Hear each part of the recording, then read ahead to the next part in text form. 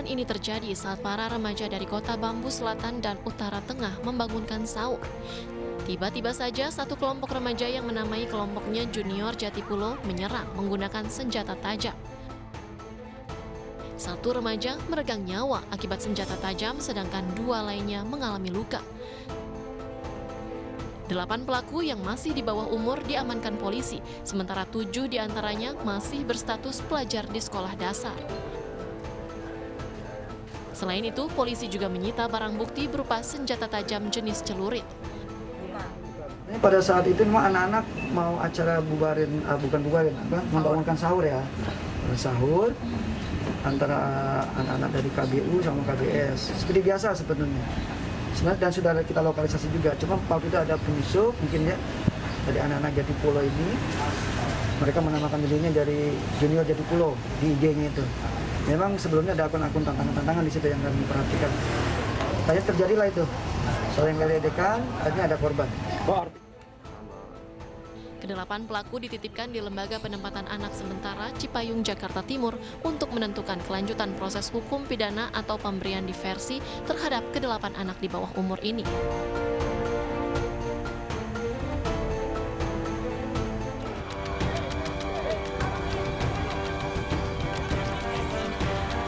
Tawuran antar warga terjadi di Lambur, Kota Tual, Maluku, Rabu kemarin. Bentrokan melibatkan puluhan pemuda dari Ohoibun Atas dan Ohoibun Bawah.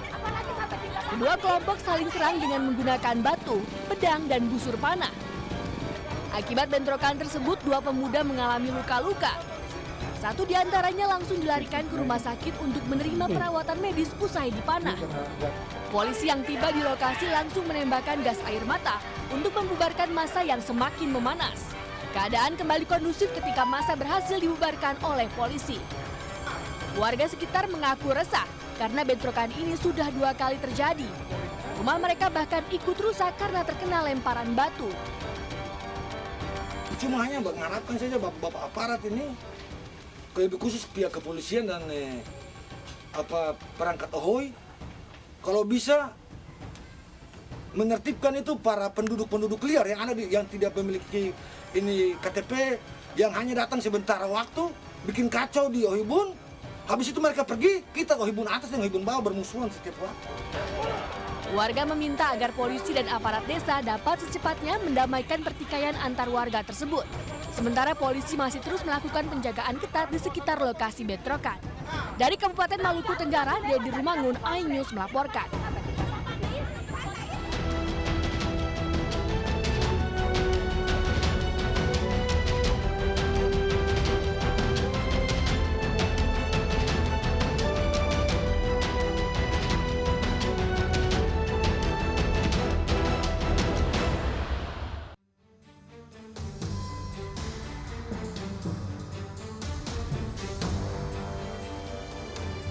Halo, selamat pagi. Selamat datang di Lapor Polisi. Anda lapor, kami sampaikan. Ya pemirsa, sebuah program baru tayang di iNews setiap Senin hingga Jumat yang bertujuan menjadi wadah untuk aspirasi, keluhan, dan juga laporan serta apresiasi kepada pihak kepolisian di seluruh Nusantara pemirsa. Dan bersama saya Pram Senjaya dan rekan saya Rizka Amelia. Selama 1 jam kami akan membahas sejumlah topik hukum dan kriminal yang menjadi topik hangat pembicaraan masyarakat di sekitar kita dan juga di media sosial. Kami juga membuka laporan pengaduan masyarakat yang bisa diakses kapanpun oleh Anda untuk kami melalui sejumlah channel kami, yaitu di Instagram resmi kami @laporpolisi_inews dan @official_inews_tv. Ya Rizka dan juga pemirsa ini Anda juga bisa menghubungi kami pemirsa melalui alamat email laporpolisi.inews@gmail.com dan jangan lupa menggunakan hashtag #laporpolisi. Nah sebelum kita mengawali informasi pertama pemirsa, bagaimana nih Rizka perjalanan dari rumah menuju studio iNews di Kebun Siri Jakarta Pusat ini? Wah, tampaknya memang sudah kembali normal ya, karena memang sekitar 2 minggu terakhir atau mungkin bisa jadi dari pertengahan bulan lalu ini jalanan sudah kembali mulai normal. Sudah mulai normal kembali. Kayaknya kalau ketinggalan 1 menit ini berdampak sama semuanya seperti kalau telat dari rumah. Ya jadi teringat kemarin itu saya terjebak macet begitu, jadi akhirnya agak sedikit terlambat. Kita akan langsung ke informasi pertama ya. Ini masih terkait juga dengan kendaraan karena harus mengisi BBM pemirsa. pemirsa nih kita ke informasi pertama. Yang ini Polda Sulawesi Barat berhasil mengungkap kasus penipuan BBM bersubsidi berjenis solar sebanyak 6,4 ton. Para pelaku ini diketahui menimbun BBM subsidi di belakang rumah. Dari 3 orang yang ditangkap, 1 orang ditetapkan sebagai tersangka.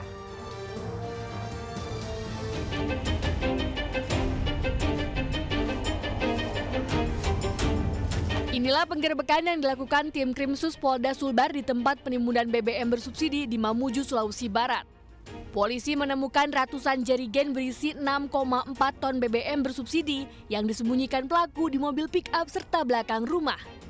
Dalam kasus ini, 1 orang pelaku berinisial FA sudah ditetapkan sebagai tersangka dan 3 lainnya masih berstatus saksi. Pengungkapan ini bermula saat tim Subdit Tipiter Polda Sulbar melakukan patroli dan menemukan sebuah pick-up yang membawa ratusan jerigen solar. Polisi pun langsung mengikuti mobil pembawa solar tersebut menuju ke rumah yang dijadikan tempat penimbunan di kawasan Sinyonyo, Kecamatan Kaluku. Alhamdulillah malam itu juga kita temukan barang bukti sebanyak 6,4 ton BBM solar bersubsidi yang sudah ditampung oleh pelaku. Jadi pada saat itu juga kami langsung melakukan penindakan di lokasi polis lain dan menyita seluruh barang bukti yang ada di lokasi di TKP tersebut. Polisi masih terus melakukan pengembangan termasuk melakukan pemeriksaan terhadap pemilik SPBU yang menjadi tempat pengambilan solar oleh pelaku. Dari Mamuju, Sulawesi Barat, Frendy Christian, iNews melaporkan. Ya pemirsa, untuk langsung mengetahui perkembangan terkini dari kasus penimbunan 6,4 ton solar bersubsidi, kita saat ini sudah terhubung dengan Kabid Humas Polda Sulawesi Barat, ada Bapak Kombes Pol Syamsu Ridwan. Halo, selamat pagi Pak Syamsu. Selamat pagi Mas Fran. Selamat pagi Mbak Rizka. Selamat pagi Pak Syamsu. Pak Syamsu, ini langsung saja informasi terakhir, ada penetapan 1 tersangka begitu dari hasil penimbunan solar ya begitu ya sebanyak 6,4 ton. Mungkin bisa dijelaskan Pak, ini update-nya seperti apa? Iya, terima kasih Mbak. Jadi sehari setelah penangkapan kita sudah langsung tersangka.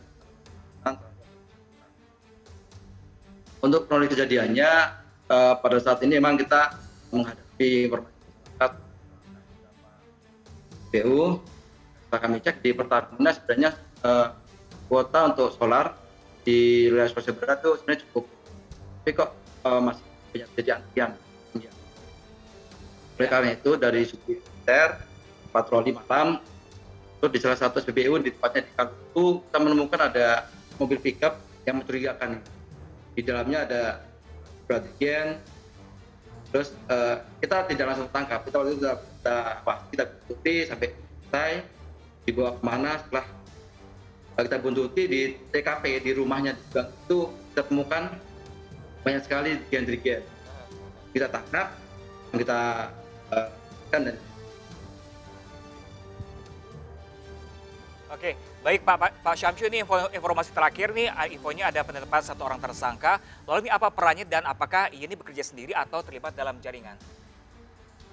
Untuk yang tersangka itu adalah sebagai pemilik ya, yang pemilik modal, dia kendaraan, dan dia juga membeli BBM tersebut. Untuk yang lainnya ada 4 orang, 1 orang saksi sebagai sopir, 1 orang lagi sebagai kernet, dan yang lainnya adalah operator dari bus. Ya Pak Syamsu, ini dari hasil penyelidikan Anda, sudah berapa lama Pak ini mereka melakukan aksi ini Pak? Untuk pembelian ini sudah sekitar 4 bulan ya. Dan namun setiap solar yang masuk, mereka rata-rata mengambil sekitar 2-5 ton. Jadi kalau ada solar masuk, mereka sudah tahu ini, sudah masuk ya. Malamnya bergerak dan mungkin bersama dengan BU, dia akan membeli banyak 2-5 ton. Ya, Pak Syamsu, ini kan banyak sekali jumlah yang ditimbun ini. Ini mereka membeli secara berkali-kali atau 1 kali dibeli atau seperti apa Pak Syamsu? Setiap ya, jadi setiap ada pengiriman dari Pertamina ke SPBU, mereka sudah langsung ini malamnya beroperasi, mengambil sekitar antara 2 sampai 5 dia beli, dia timbun, terus dia jual kembali ke tempat-tempat yang tidak seharusnya. Oke, baik. Pak Syamsu, artinya ini mungkin ada keterlibatan dari pihak SPBU? Kami menduga kemungkinan ada, kami sudah mendalami, kan semua akan kita terangkan, kita yang terlibat ya baik operator maupun pemilik SPBU pasti kalau terlibat ya tindak. Sudah diketahui Pak ini, motifnya apa ini Pak mereka melakukan ini Pak? Motifnya ya itu untuk mencari keuntungan sebanyak-banyaknya. Jadi mereka membeli dengan harga subsidi 5.000 dan mereka menjual dengan harga 6.100. Untuk saat ini dari keterangan mereka menjual kepada pengusaha-pengusaha tambang yang ada di wilayah itu juga ada indikasi ke pengusaha-pengusaha juga ya.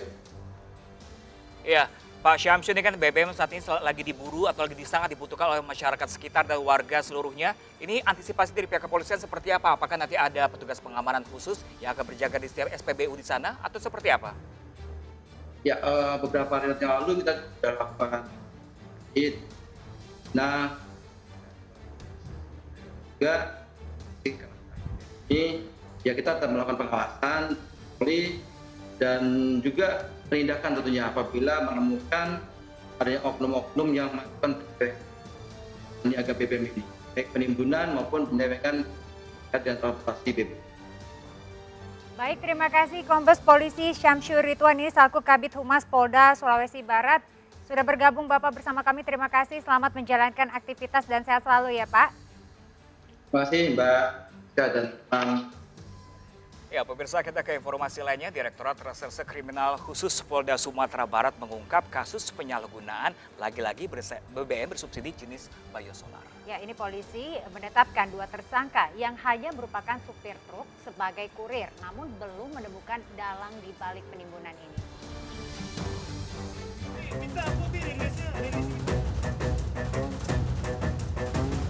Petugas di Treskrimsus Polda Sumatera Barat menahan 2 tersangka berinisial R dan T yang berperan sebagai supir truk dan kurir pelaku penimbunan BBM bersubsidi jenis biosolar di Kota Padang.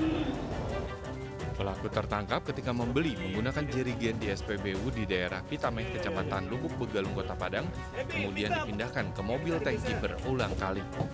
Para pelaku kemudian diketahui menjual kembali ke lokasi industri di wilayah Kabupaten Pesisir Selatan Sumatera Barat dengan harga tarif BBM industri. Dan tentunya terkait dengan ini, kami akan mengembangkan terus siapa saja yang terlibat dan kita minta pertanggungjawabannya. Cukup tersangka dijerat pasal berapa kemudian? Pasal 55 Undang-Undang Nomor 22 Tahun 2001 tentang migas dengan ancaman pidana 6 tahun dan denda 60 miliar. Penangkapan ini dilakukan berdasarkan hasil pengembangan dari laporan masyarakat yang curiga dengan aktivitas dari para pelaku. Dari Padang, Sumatera Barat, Budi Sunandar, iNews melaporkan. Ya pemirsa, dari Sumatera Barat kita beralih ke Bali. Kali ini kita akan berbicara terkait dengan penyalahgunaan narkotika. Polda Bali ini mendapatkan tangkapan besar narkoba senilai 60 miliar rupiah dari pentolan ormas dan anggotanya di Villa Kuta Utara, Badung, Bali. Nah, ini barang bukti yang diamankan pemirsa, ada 38 kg narkoba dan ini berbagai jenis dan ratusan butir pil ekstasi. Terima kasih. 3 pelaku, KS usia 35 tahun, AAGOP usia 48 tahun, dan KS usia 48 tahun terancam pidana mati tentang peredaran narkoba dan psikotropika. Tim kepolisian Polda Bali mendapatkan tangkapan kakap dari Villa Kuta Utara, Badung, Bali. Ditemukan 35 kg sabu senilai kurang lebih 56 miliar rupiah. Lalu ditemukan juga 2 kg ganja, 2 gram kokain, 1,5 kg MDMA dalam berbagai kemasan dan 200 gram psikotropika. Sabu didatangkan dari luar negeri, namun petugas masih mendalami keterlibatan para pelaku dengan jaringan narkoba internasional. Narkotika yang terbesar yang pernah dilakukan oleh Polda Bali selama kurun waktu 2 tahun belakangan ini, Bu, apabila ditaksir nilainya kalau ini adalah 1 kilo lebih, ya ini 1 kilo lebih ini harganya kurang lebih 1 kilonya itu 1,4 M. Ya, kalau total berarti diperkirakan jadi 56 miliar. Dari penyelidikan petugas terungkap ketiganya memiliki peran masing-masing, mulai dari menerima paket hingga mengedarkan di kalangan wisatawan dan warga asing di kawasan Canggu, Kuta Utara. Dari Denpasar, Indra Ari, iNews melaporkan. Ya pemirsa, sebuah truk trailer bermuatan tepung terigu terjun ke sungai di Pantura, Cepiring, Kendal, Jawa Tengah. Nah pemirsa, ini sebelum terjun ke sungai, truk menabrak pembatas jalan. Namun informasi selengkapnya akan kami hadirkan usai jeda berikut pemirsa. Tetaplah di Lapor Polisi. Anda lapor, kami sampaikan.